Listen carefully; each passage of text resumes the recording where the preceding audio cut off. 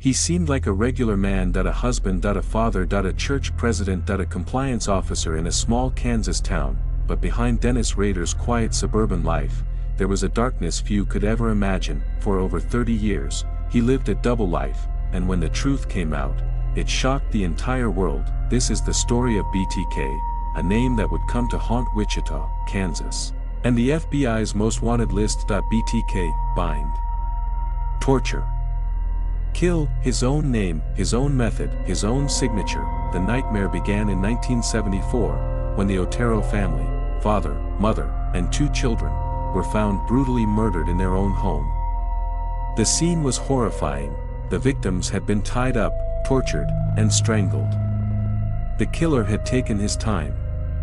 He had enjoyed it, and then, as suddenly as it began, silenced. No one knew who had done it. No suspects. No motive. No clue, until months later, a letter arrived, typed, cold, calculated. It was filled with chilling detail, information only the killer could know. At the bottom, it was signed BTK. That he was watching, that he was proud, and he wasn't finished. Over the next 3 decades, BTK would strike again and again. His victims varied: young, old, male, female. He broke into their homes. He stalked them. He tied them up. He tortured them, and he killed them.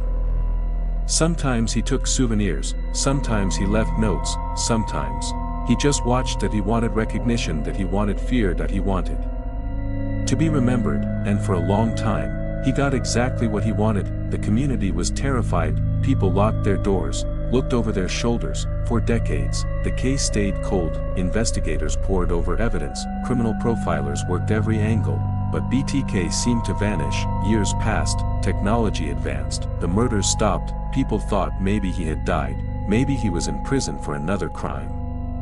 Maybe he had just disappeared. But in 2004, BTK returned, out of nowhere, after more than 25 years of silence. He sent another letter, then another, and another. He mailed packages to TV stations, left clues in books. He even asked the police if they could trace a floppy disk if he sent one. The police lied. They said no. BTK believed them. He sent a disk, and on that disk, metadata .1 name, Dennis Rader. They tracked it to a church computer.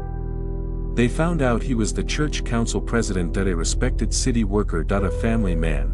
But when they looked deeper, DNA, evidence, timelines, it all matched. Dennis Rader was arrested in February 2005.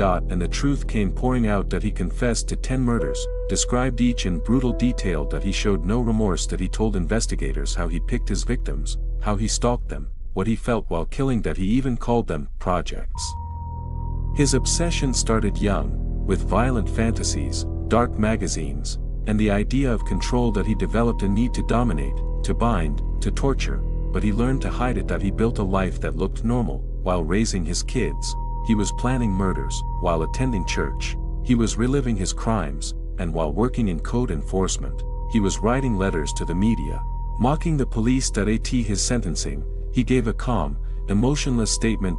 Victims' families wept, the courtroom was silent, and Dennis Rader showed nothing. He was sentenced to 10 consecutive life terms, the maximum possible. But even in prison, he kept writing, kept talking. He wanted credit. He wanted legacy. And that's what makes BTK different from many serial killers. He didn't want to disappear. He wanted to be known. He wanted to be seen. He named himself. He narrated his own crimes. And he tried to make his story unforgettable. But what haunted people most was that for 30 years, he lived among them. He worked at the local office, went to church, ate dinner with his family, all while hiding a darkness that no one saw, until it was too late. The BTK case stands as one of the most chilling reminders of how evil can wear a mask. Not a monster in the woods, not a stranger in the shadows, but the man next door, the friendly neighbor, the father, the deacon. Dennis Rader wasn't a ghost. He was real. He was human, and that is the most terrifying part.